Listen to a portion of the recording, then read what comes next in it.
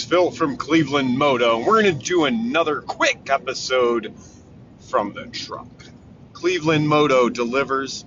We are out on the road. I delivered 2 bikes to Pittsburgh, picked up another on the way back. I've got one more to pick up before I head home.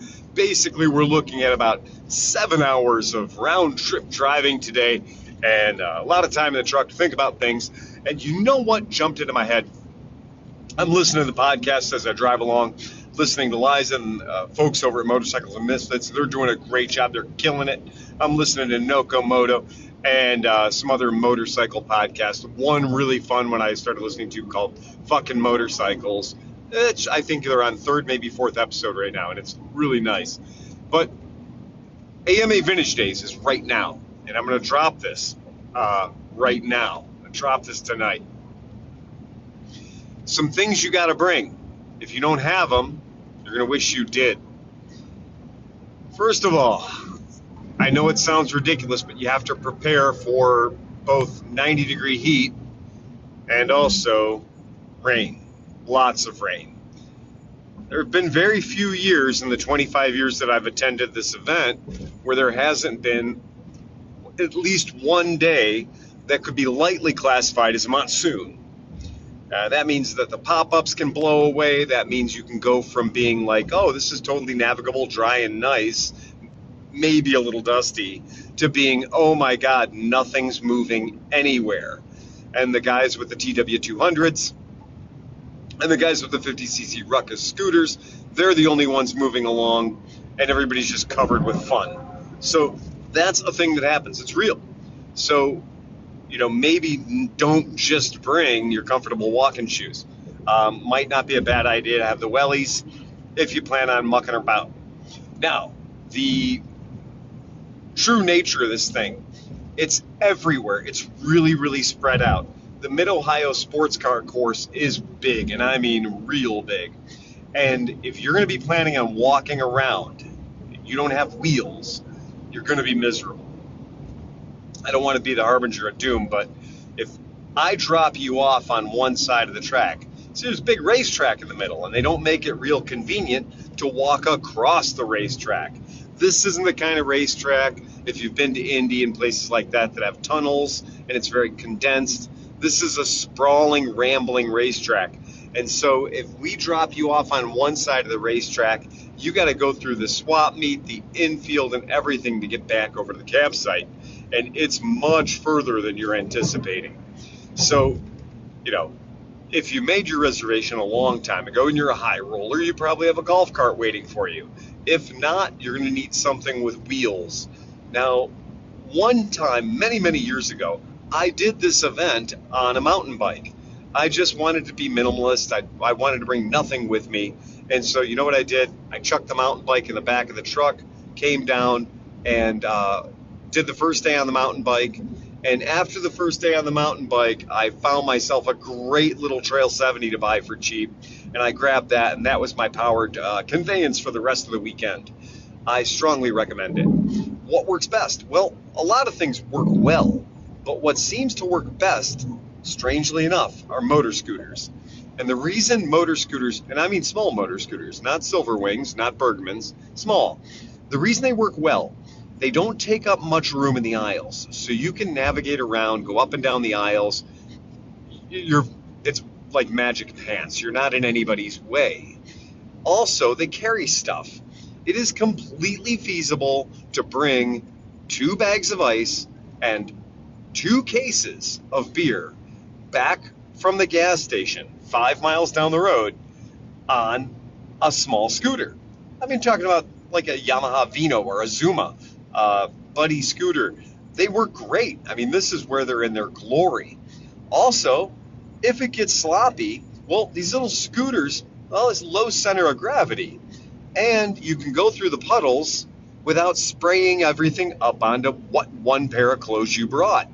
So the scooters actually do quite well on the wet trails and the wet aisles, which can be loosely called gravel. But for the most part, they're just dirt, aka mud, with some gravel floating around in it if you're lucky. So keep in mind that sometimes, I know it might not seem like a 49cc Honda Metropolitan is a great idea, but this would be the time, this event. Now you got to be careful because mid-Ohioitis, vintage days disease, does affect you. So day one, you're going to see all these weird bikes from the 70s and 80s that you wouldn't normally pay attention to. You're going to be like, damn, I didn't even know they made an RD80. And you're going to be, your city brain is still thinking like, yeah, that's a really stupid bike. I really don't need that. But by Saturday afternoon, you've been around so many of them that you start looking at these things and going, huh, you know what? There's some interesting bikes out there. And you can start looking at Trail 90s as being like, huh, I have a vacancy in my life that could fill. The downside is, by the time you get it home, that's a perfect Mid-Ohio bike. The Trail 90 is a magnificent Mid-Ohio bike, probably one of the best. Milk crate on the back of that sucker, duffel bag on the front. Yeah, you can pretty much go anywhere, and you can buy things, and that's an important element for a Mid-Ohio bike. However, you get that bike home and you're like, oh, I'm going to take the Trail 90 to work today. And that's when you realize the Trail 90 has a top speed of like 45 miles an hour, and it's not happy giving you that. So keep in mind, a perfect Mid-Ohio bike is not necessarily a perfect commuter bike. That idea of the perfect Mid-Ohio bike, you could say, well, how about a 125cc dirt bike? Well, is that 120cc dirt bike a two-stroke? Is plodding that bike along at, just a tick over idle, letting the clutch out, doing that all day long on a hot day, is your 125cc two-stroke dirt bike going to enjoy doing that? Are you going to enjoy kickstarting that bike 200 times a day? Now, if you are not experienced with two-stroke dirt bikes, you'll know they don't like to be lugged, not even a little bit. And when you do lug them, they tend to coke out their spark plugs. And when they foul out their spark plugs, then you end up kicking a lot more. And if you're kicking a lot more, it's probably because the spark plugs are fouled out. Just keep that in mind. This is the time when electric start is your friend. You're going to stop and start this bike 150 times throughout the course of the day, because you're not going to want to be sitting on this bike, stroking it, dang, dang, dang, dang, dang, keeping it revving, keeping it running, or the aforementioned spark plug, trying to keep it clean, while you're trying to ask the guy how much he really will sell that set of ridiculous Willie Max luggage for. It's better to just roll up, turn the bike off, hop off, grab a beer from under the seat, and start negotiating. Maybe give him a beer. The guy who shows up on the scooter is not intimidating, and you're not tipping your hand. So if you really are there to buy your next RD350 project, maybe it's great not to show up on an RD350. If you show up on the bike you're trying to buy, then they know you're a strong buyer and they don't negotiate as much. If you just show up as some puke on a scoot, well, you're more likely to get the deal you want to get, and it's more friendly in general. Also, we're here. We love motorbikes. Mid-Ohio's great. Bring on the rang-a-dang-dang-dang, right? We love that stuff. However, the people in the campsite next to you aren't going to love it when you're cleaning the spark plug, trying to blow the jets out, trying to figure out why it's missing after you've been lugging it all day, and you're sitting in the campsite just stroking it. And that's not going to make friends. Also, there's something to it. Like you look at all the the DT185s and all these bikes that are there, and you're going to see them running around with no silencer, just a stinger on them. And the first day or two, it's going to be like, oh, that's pretty cool. It's all right. But then like Saturday afternoon, you're like, Jesus Christ, you're going to start to appreciate a nice 4-stroke 250 that pulls up and's got a little thunder to it, as opposed to this nails on the glassport sound. Umbrella, yeah, take one. Yeah, why? Because it's nice to have your own little 3-foot diameter easy up. When it gets to raining, and it, like we said, it probably will, having an umbrella with you, and also it doesn't hurt in the direct sunlight of Mid-Ohio to have a 3-foot shade canopy walking around with you. They're portable. You can hang it off your belt. You get a little one. It's been a lifesaver for me a long time. I'm a person of Scottish heritage, and I can't be out in the sun too long, and that really does make a difference having an umbrella with you. Cash, yeah, you're gonna want to bring some cash. Let's not do Diamond Jim down here with 20 grand in his pocket unless you got some serious bikes you need to buy. But yeah, definitely don't show up penniless, man. Don't rely on the ATM. Most of the years, I've heard people say the ATMs are tapped out. The on-site ATMs get tapped out pretty quick. Has small bills for the concessioners and things like that. The guy who's down there selling, stuff out of his garage, he didn't bring $200 or $300 bills to make change. So yeah, I definitely have some small bills with you. You'll thank me later. Generally speaking, if you are a black t-shirt kind of guy and that's your wardrobe, Johnny Cash, it's dark in there. This might be the time to go light. Long sleeve light shirt. Look to the places in the world where it's sandy and hot. Long sleeve white shirts are very popular. That will make you very happy. Big hat. It's a good thing too. Stay cool, definitely. The concessions on site, beverages, food, yeah, they tend to run kind of steep. Not real bad, not quite like Major League Baseball prices, but not too far off it either. But the biggest thing is going to be access. So you're going to want beverages right quick in a hurry. And you might want alcoholic beverages. Bring them with you. And if you've got that scooter we were talking about earlier, yeah, for sure. Throw some ice under the seat. Maybe one of those lunch bags, the soft-sided lunch bags that'll keep ice for a while. That's my rack. That's what I do every year. I'll get one of those. I've got one that I've had for ages now. It holds about 18 beers and half a bag of ice. And that goes perfectly on the back of my scooter so that I've got the beverages with me, some ice cold water with me, and maybe some snacks in case I get too far away from the campsite and I get hungry.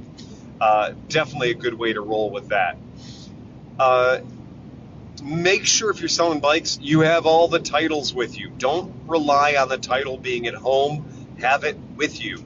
Have it notarized. There's nothing wrong with a bike that you intend on selling having it notarized. That means your signature. The notary is actually notarizing your signature. You're the seller of the vehicle. It is okay to notarize a title and not have the buyer standing there in front of you. The notary is only verifying the seller's information. Doesn't care about the buyer. So you can pre-notarize these things so you don't have to scramble to try to find a notary there at the swap meet. Definitely going to save you a lot of time. Make sure you've got the keys for the bikes. If you have separate keys for the top cases and luggage and things like that, make sure you brought those as well. That stuff's super important. You don't want to miss out on that. Another one, if I could, a real thing that I find myself always lacking when I get to vintage days is that I always wish that I had brought comfortable chair, somewhere to hang out. Now, if you don't build a campsite yourself, and if you wander around to other people's campsites and you're just visiting your friends, maybe don't rely on them to have seating for you.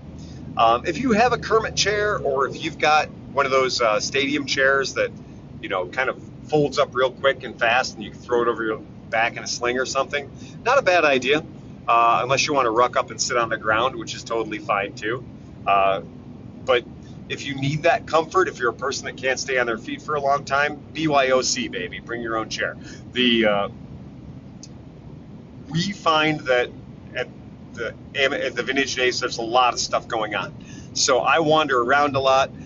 9 times out of 10, I'm up there and I'm looking for races to watch. I want to go out and see the sidecars race. I want to watch different classes. It's really cool if you've got a chair you can sit and relax in, or if you got a bike, that bike is your chair. So there's absolutely nothing wrong with that. Keep in mind that if you're going to try to go into town for dinner on Friday night and Saturday night, that what couple of restaurants there are in Lexington, Ohio, may be completely slammed. Or like we found out, sometimes a Mexican restaurant that we rely on so much, well, it's not always open. There's years we've gone that it's been closed. So have a dinner plan for yourself. Have a meal plan for yourself. Do not wait until after 6 p.m. to go to the infield for food. Some of those vendors do shut down kind of early, so you might want to have that sorted out before it gets too dark. The parking. Well, if you show up on Saturday, good luck. You are going to be up in the high ground. You're going to be up on the hill, which actually could be okay if it gets swamped out, except for the fact you're probably going to have to go through the swampy area, go through it going in, and go through it going out. So think about that. Think about our alternative parking tactics. If you've got a pickup truck with a bike in the back of it, hey man, you can put your pickup truck anywhere because you got wheels. Put your pickup truck way down close to either, the north gate or gate 3. Give yourself a lot of room, because if it turns into a mud bog on Saturday or Sunday, you're going to be really happy the shortest distance that you need to go to get out of the facility and onto terra firma. Do not park yourself in.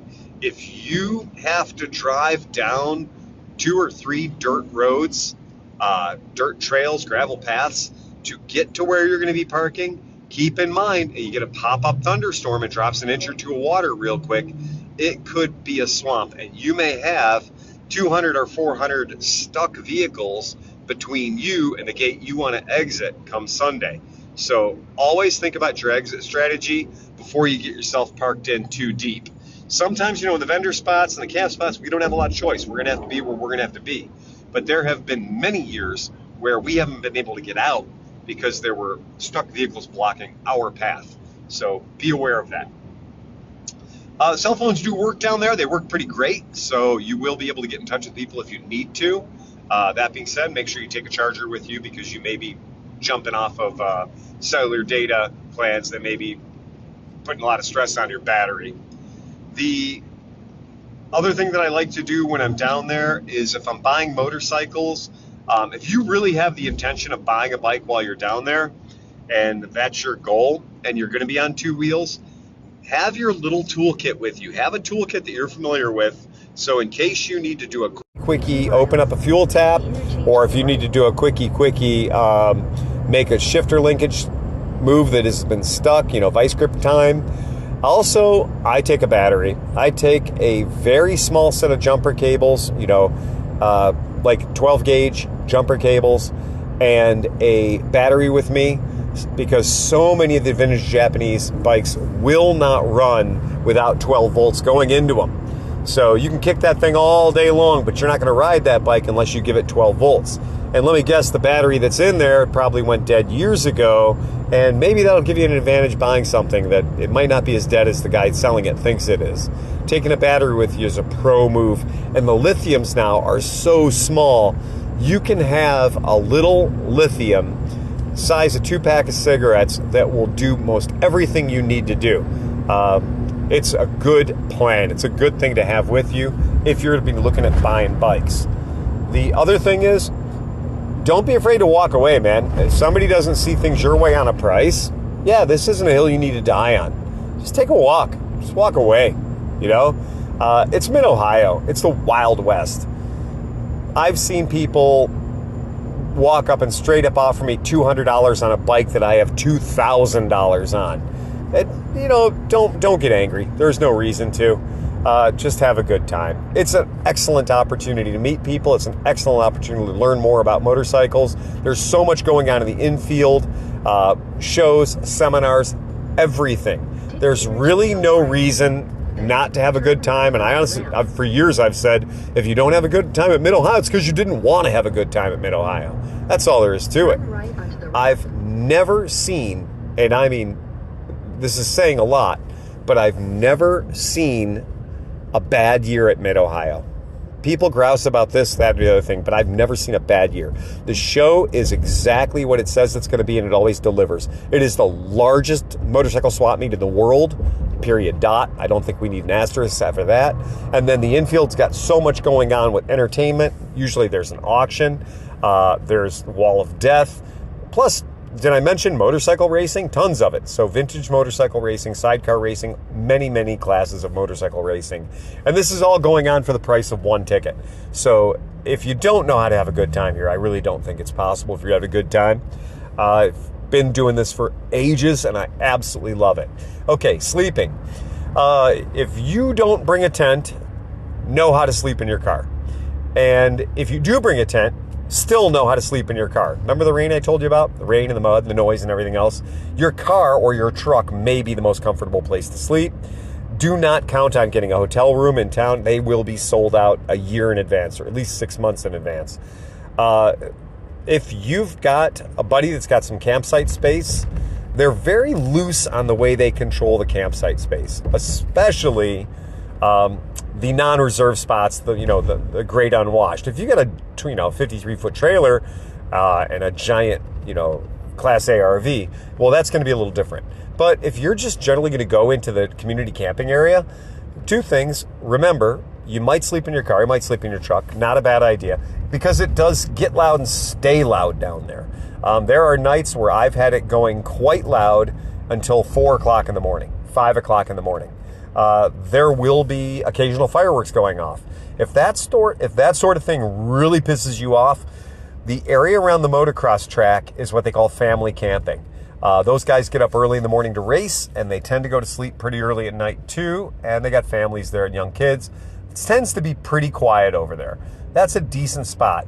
There's also Ewok Village. If you want to go into the woods, you can go all the way back to where they do the hare scrambles and where they do the hill climb, and you can go back there, and there's a beautiful camping area back in there, in the area of turn 8, 9, and 10. That's a beautiful place to camp if you like camping in the woods and you like the shade. I do. That's one of my favorite spots to camp back there. But the party's always in the campsite proper. So Leuven Corner, that's going to be your furthest away from the actual racing surface. That Leuven Corner is just amazing. So there's so much going on there with smoky burnout contests and great music and dancing and just generally a hell of a party the whole time. We've lately had some death metal bands pop up in the middle, which I absolutely love, right over by the barrel racing. Can't ask for more fun than that. It's truly epic. Yep, that's it. That's my thing. If you're coming to Mid-Ohio, I hope you learned something there. I hope you picked up a tip or a trick. It is a load of fun. Don't get there and wish you had something. Go a little heavy on the prep. Once you get there, you can leave some stuff in the car. You can leave some stuff in the truck if you need to. But I do recommend having wheels. And then, it's better to have it and not need it than to need it and not have it. And I live by that standard. I hope to see you guys at Mid-Ohio at AMA Vintage Days. And remember to ride fast and take chances. This is your Unky Phil out.